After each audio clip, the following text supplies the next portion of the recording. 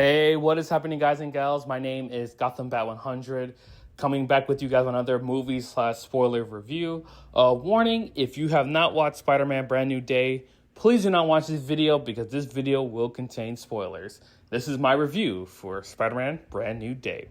Let's start. I love this movie. This was a great movie, a fresh start for Tom Holland's new trilogy. I thought that this movie was a great start. I think the story was probably a little bit better than No Way Home story, but I still think No Way Home was a great film. I think this movie had a better story, and I'm glad that they stuck with the street-grounded version of Spider-Man because, as you remember, a couple years ago, there were reports going on saying that they're trying to decide whether it should be a multiverse thing or a street-grounded movie. I said that it should be street-grounded because we don't need another multiverse stuff. You want to do another multiverse film, you can do it in the next two, maybe his next third movie, but don't do another multiverse thing. You've already did a multiverse thing for No Way Home. It was a great multiverse movie. I don't need to see Tobey and Andrew, which I would love. If they're going to bring them back, have them come back in their own solo movies. But the focus needs to be on Tom Holland's Spider-Man because we don't know what happened to his character. We have not seen him play Spider-Man since almost 6 years ago.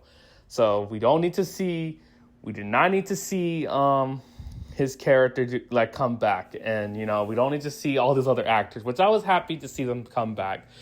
But I'm glad that Tom agreed to come back because there were reports going on saying that he was probably going to leave. And I literally said, no, there are still more stories for his character. What's going to happen to Peter Parker after the death of Aunt May and his friends? Because that would have been a terrible way to end Tom Holland's reign as Spider-Man. I know he said that he's got a couple, maybe he's thinking about an end game, which I know he wants to pass the torch soon, but that was not the perfect time to do it. So I'm glad that he came back. So from what we know, the movie takes place 4 years after the events of No Way Home. Peter is pretty much living a very depressed life. He's mostly just Spider-Man 24/7. He goes home, he's working on spider tech, and then he goes on the field, does Spider-Man things, come back, stops to donate flowers to Aunt May's grave, and then goes back out and does more Spider-Man stuff. So it's pretty much very depressing. He also likes to order pizza a lot in his place, so he does order pizza. And another thing they don't really explain is how is he able to afford his rent? It's does he have a job? Is he getting paid as Spider-Man? Because part of me is they never really explain how he's able to afford all this type of stuff. So that was very interesting because I'm very wondering, I was very curious, okay, how is he doing this? How is he, affording a basement when he clearly doesn't take pictures for the Bugle? He's just mostly doing computer work and, working on more spider tech and everything. And I'm glad that he still kept his sense of humor. He's not very, you can tell he's still upset about what happened, losing his girlfriend and losing his best friend. But he still kept his sense of humor, quipping and everything. And, it's just, very cool.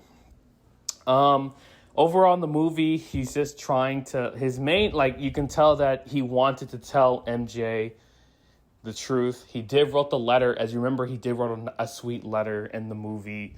And then, soon enough, MJ finds the letter. But in this, he's very, he basically explains his reasons why he doesn't tell her, which we'll talk about. The suit, I think the spider suit looks incredible. It's a combination of both the Tobey Maguire and Andrew Garfield suit. The mask looks kind of off. I don't know if it's just the CGI effects, but the mask looks kind of off. You can tell that, he's also got buffer. Tom Holland got more bigger and more buffer compared to how he looked in No Way Home. But I thought he looked good. I thought the suit looks awesome. And they did add the suit in Marvel Spider-Man 2, which I will be playing on Tuesday for basically, instead of Road to Brand New Day, I'll just put Marvel Spider-Man here for Brand New Day or something. But anyways, Peter is pretty much just, being Spider-Man. The Rogues, the Scorpion was really good. I thought Scorpion was awesome. Scorpion does, definitely does, because remember, Scorpion is one of Spider-Man's most powerful villains. Definitely one of his top 3 villains for sure. And he definitely beats the crap out of him until Spider-Man was able to neutralize him and take him down. Tombstone, they did Tombstone dirty. I'm not gonna lie, Tombstone was done dirty. It's like, come on, like Tombstone. I like Tombstone. He's definitely, because at time I always see him as just another character, but I liked how he was used in Spectacular Spider-Man. In the animated series, he was just a hitman. Like he was a hitman. Like they ordered for Silver Silverane, I believe. I forgot the ever hitman that he was working for. Like he was a hitman. And then your Friendly Neighborhood Spider-Man, they have it where he's a teenager as Peter, and that's really good. If you haven't watched Friendly Neighborhood Spider-Man, give it a chance. It's a really pretty good show. Not that bad. CG, the graphics, the animation might be a little iffy, but I still think it's a pretty interesting Spider-Man show. But yeah, Tombstone was done dirty. And then they show the other just normal criminals getting getting their butts kicked by Spider-Man. I thought Mary Jane was pretty good in this film. Zendaya, again, I still think that, in my opinion, I think that Kristen Dunst is a little bit better than Zendaya. Even though she's not really playing Mary Jane, it's Michelle Jones. This MJ, it's still... I don't know what they're trying to do with this MJ, because they never really... all it shows that she was offered a job opportunity, but she didn't get it. Like, she got the job, and she declined it. And I never understood, like, this version... I don't understand what she's trying to do, because she went from, like, jock girl to now trying to be pretty girl. And, it's just like, okay, what are you doing? Like, what the hell are you doing with this version of MJ? I still don't understand it. Maybe I gotta watch it a second time, because I still don't understand what they're trying to do with this MJ. Ned Leeds, he was like probably about 15 minutes more into the movie, but he was a pretty Elvis character. Nothing really special with Ned Leeds and everything. And the fact, we'll talk about the ending scene, but I thought the shocking part was that, and spoilers, that Jean Grey is in the movie. She's a teenager, just like her sister. Apparently, she's gained the meta abilities to take over people's bodies. And then this task force, meta-human, like mutants who are against mutants, found her sister and took her sister. So Jean Grey is pretty much looking for her sister Rose. She has the ability to take over people's bodies and like their minds and stuff like that. They made her into like she's not really a villain. She's just trying to find her sister, but she does like very questionable things, like taking over people's bodies and all that stuff. And then as soon as like she leave their bodies, people would lose their memory. Like, wait a minute, I was just over here. How did I get over here? It was just very interesting. Only Spider-Man was able to see her control people and stuff. Yeah, so you learned that Jean Grey is trying to find her sister, but Spider-Man doesn't know that. She thinks that she's a threat. And Jean Grey, I'm not gonna lie, she was totally wrong for this. So when Spider-Man learns that this person is taking control of people's body, Jean Grey also learns that Spider-Man is Peter Parker. She threatens him that she's gonna go after MJ, and then they do like the whole web swinging thing where Peter is trying to rush to get to MJ. He gets to MJ, he saves her, and then she starts to say, I feel like something's missing in my life. And then they share, she's like, why should I trust you? And like, I feel like something's missing. Like, I feel like you have been part of my life. And Spider-Man denies it. And they start web swinging. They get to the rooftop. And, MJ was like, wait a minute, let me see who you are. She pulls his mask down. And then she sees that it's actually Peter Parker. And she starts going crazy. And I'm not gonna lie, they fooled me. They did a good job. They fooled me. So when they're kissing, I'm like, yes. I'm like, yes, she finally got the memory back. And then the moment she breaks the kiss and looks at him and starts smiling, I was like, you son of a bitch, you got me. I'm like, you son of a bitch, you got me. And then Jean Grey talks about how, because she can read people's minds, and she literally says that it's a shame that Mary Jane has no memories of you. Like, everything that you loved about her, all gone and everything. And it's very... I felt sad. I really felt sad, but soon she basically threatens, like, if you get in my way, I will kill Mary Jane. And before, I think I skipped the part. So pretty much, MJ has a boyfriend. And it would have been funny if it would have done Paul. That would have been very funny if they would say, this is my boyfriend, Paul. And the way when the boyfriend and MJ kiss, like, it really got to Peter, because Peter, he also was following Ned Leeds to his dorm. They had a party, and Ned Leeds, like, Peter was actually crying. Like, Peter, his heart was broken, that seeing the woman that he loved kissing another guy. So, and also, Peter's also having some changes too. So basically his mood swings have basically changed. It pretty much, they took the stuff from Spider-Man 2, when Spider-Man 2, Tobey Maguire's movie, when Tobey was having a bad life. Like, he was getting fired, he lost a woman he loves, he was going through all these problems, and, he really hated his life. He hated his life as Spider-Man, because Spider-Man was ruining his life. And they took that aspect from that movie, which I like that. This is a callback movie. They took a lot of callbacks from Tobey, from Andrew. Like, this was a callback movie. And that was really cool. So Spider-Man's arachnid DNA is evolving. And he's trying to, like, suppress his power. So he's basically built this microchip thingy to, like, suppress the arachnid side. And, over the movie, he learns that, in time, this is a gift, and he learns to accept his abilities. And his abilities are, like, very, very powerful. Like, he almost kills Scorpion, and then he almost kills a cop. And it got him scared, like, thinking, oh, snap. Frank Castle's in the movie. Frank Castle was really great. I liked Frank Castle. He was funny. I know John Berthel said that the only reason why he came was because Tom reached out to him, and Tom said, look, I want you in this movie. And, the script, he said the script had to be good. Like, he had to keep the personality. And, Spider-Man, a Spider-Man movie, Tom Holland's movie, you're not going to see him drop F-bombs. Maybe like hell or shit or whatever, but they're not going to see him drop F-bombs. And he still was pretty good. Like, John Berthel, he nails it as Punisher. Like, you can tell this man has done his homework on the character. I was laughing. Like, Frank was funny. I really love the chemistry between Frank and Spider-Man. And soon he does learn that Spider-Man's identity. He doesn't know who Peter Parker is, but he knows, like, oh, this is what you look like behind the mat. And he starts crying. Like, during the scene where they're sitting down at the hospital scene, he's actually like, are you crying right now? And he's like, no. And he's like, I got Frank Castle crying. And apparently Spider-Man actually saved Frank.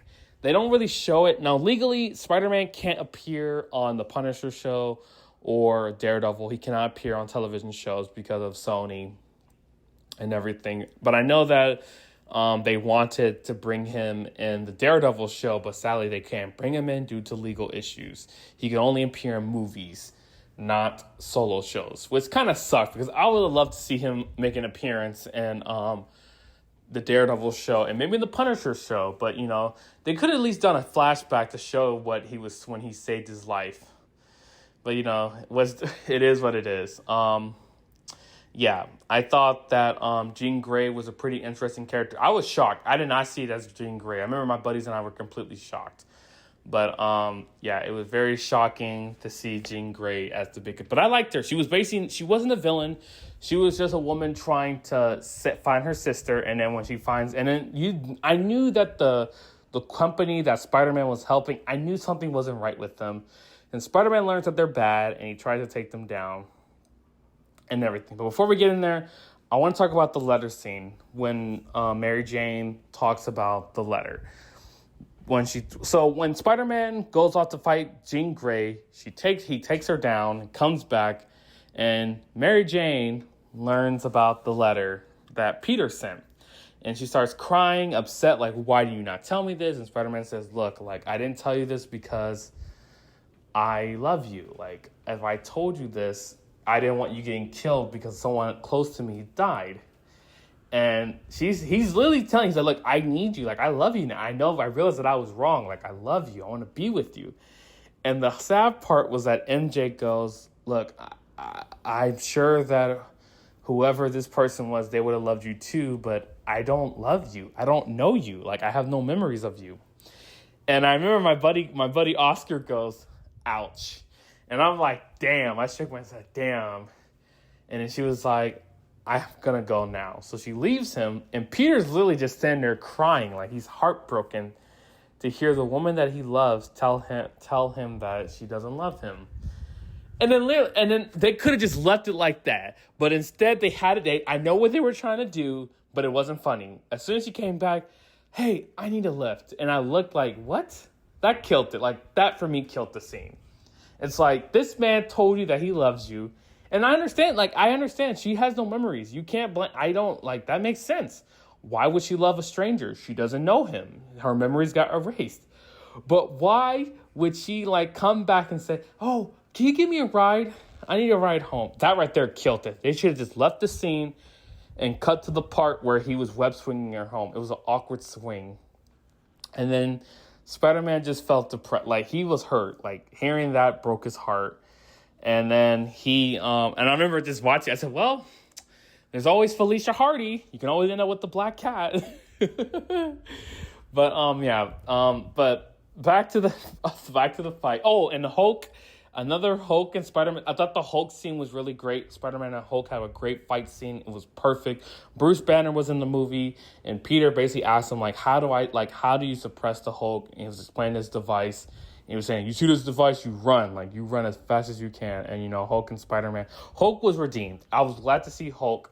Hulk was done dirty in the MCU. He was done dirty in Infinity War. And I didn't like the fact that, Bruce Banner was able to take over the Hulk's body. But still, everything was pretty good. The fight scenes were good. Spider-Man versus a hand. That was a great scene where Spider-Man finally realized that, I have to, trust my ability. And now he has the organic webs, just like Toby. So that was pretty cool to see. And the organic webbing is actually more powerful than his actually web shooters. So that was pretty cool to see. The fight scene was pretty good. And then Spider-Man basically opening up to Jean Grey. They have a moment, and he lets her into his mind. And then she sees that his Aunt May was there telling her about loving. Because remember, their parents let Jean Grey and Rose go. They didn't like mutants. They let them go. And Jean Grey was actually crying. She was like, wow, your Aunt May was very special. And Peter's like, thank you. And everything. And then right before Frank Castle tries to kill Jean Grey, but instead Spider-Man took the bullet and he started bleeding to death. He was in critical condition. Frank Castle carried him and rushed him into the hospital. And then they did the scene where it was a nice callback to the Ultimate Spider-Man comic book where Punisher shot Spider-Man and Captain America picked him up. That was a nice scene to see. That was a really cool scene. And, Frank regrets what he did. And, the two of them are like buddy. And he was like, damn, kid, I'm sorry. And Spider-Man's like, you're crying? He's like, no, I'm not crying. He's like, oh, my God, you were crying. I made the Punisher cry. And those two have, Tom and John have great chemistry. I really love the chemistry. I want to see more of Spider-Man and Punisher. They make a great team. I want to see more of them together as a team. But yeah, Jean Grey leaves. She leaves off. I believe that maybe it's possible we'll see her in the Avengers Doomsday movie. But she leaves off. Spider-Man. Oh, and he also reconnects with Ned. Ned got to meet Spider-Man, and the two of them were talking. And, Peter is actually smart. You could tell underneath the mask, he's happy. And, the two of them, reconnect and everything. And after they take down Jean Grey, at the end of the movie, Peter goes to the restaurant on his laptop, drinking his coffee, getting ready to go buy flowers to see Aunt May.